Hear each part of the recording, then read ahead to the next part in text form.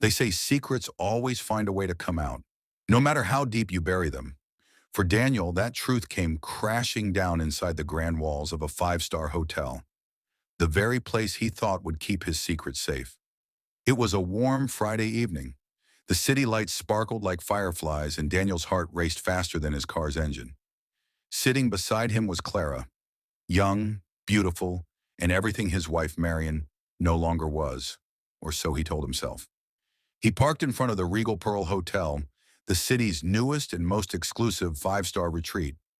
A valet rushed to open the door. Daniel handed him the keys with a confident smirk. "Room 1203, he whispered to Clara. "No one will ever find us here." Clara giggled, brushing his arm. "You're too careful, Danny. It's just one night." But Daniel wasn't smiling anymore. He had built his life on being careful. The perfect husband, the successful businessman, the man who had everything except satisfaction. They stepped into the elevator. Soft jazz hummed through the speakers as Daniel's mind wandered. The thrill, the danger, the guilt. When the doors opened on the 12th floor, his pulse quickened. The suite welcomed them with golden lights, silk curtains, and champagne on ice. "You really know how to spoil a girl," Clara teased. "You deserve it," Daniel replied. For a moment, Daniel believed he was untouchable, a man hidden behind wealth and charm, but fate was already waiting at the door.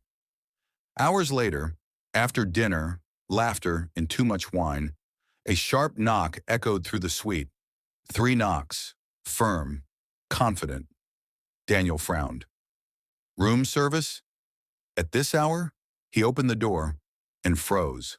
Standing there, in a tailored black suit and a look that could freeze fire, was his wife, Marion. For a few seconds, Daniel couldn't breathe. Clara gasped and stumbled backward. "Marion, what am I doing here?" she interrupted calmly. "That's a good question, Daniel. I could ask you the same thing." Her voice was cold, controlled, and that terrified him more than anger ever could. "I can explain." "No need," she said. "I own this place. I saw your name on the guest list this afternoon. Imagine my surprise when I saw you book the honeymoon suite under your company's account."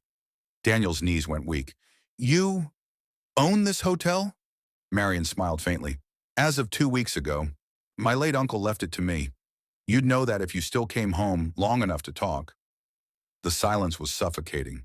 Clara whispered nervously, "I should go." "Sit down," Marion ordered. "You're part of this too." Daniel swallowed hard. "She doesn't mean anything. It's just business." "Business?" Marion laughed bitterly. "So that's what they're calling it now?" Marion walked to the minibar, poured herself a glass of champagne, and turned back toward them. "You know, I always wondered where the company money was disappearing to. Fancy dinners, mysterious expenses. But I never imagined you'd be foolish enough to use my hotel." Daniel paled. "Your hotel?" "Yes," she said softly. "And I could call security right now, have you both escorted out? Or worse." She took a slow sip. "But that would be too easy." Daniel dropped to his knees, his voice shaking. "Please, Marion, don't ruin me. I'll fix this."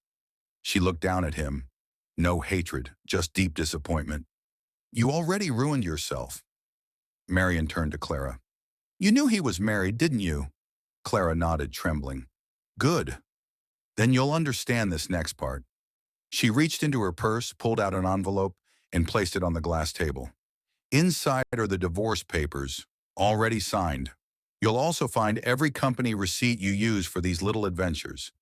They're going to the board on Monday." Daniel's face twisted in horror. "You've been tracking me?" "For months," Marion said. "I wanted to see how far you'd fall." Daniel tried to stand, but his knees buckled. "Please, Marion, we can fix this. You still love me, don't you?" She stepped closer, her voice low but steady. "I did, until I realized you were in love with the thrill of betrayal, not with me." She removed her wedding ring, placed it beside the champagne glass, and headed toward the door. "Enjoy your stay, Mr. Daniels. The bill's on you." She turned to Clara. "If you're smart, you'll leave him tonight. Men like him destroy everything they touch." The door closed softly. Daniel stood frozen, staring at the empty hallway. Clara whispered, "She's incredible." But Daniel said nothing. He sank onto the bed, staring at the divorce papers, the final price of his lies. Outside, the city still glittered, bright, beautiful, and utterly indifferent. That night, Daniel lost more than a wife. He lost his empire, his reputation, and the illusion that he could ever outsmart karma. Because secrets never stay buried, not in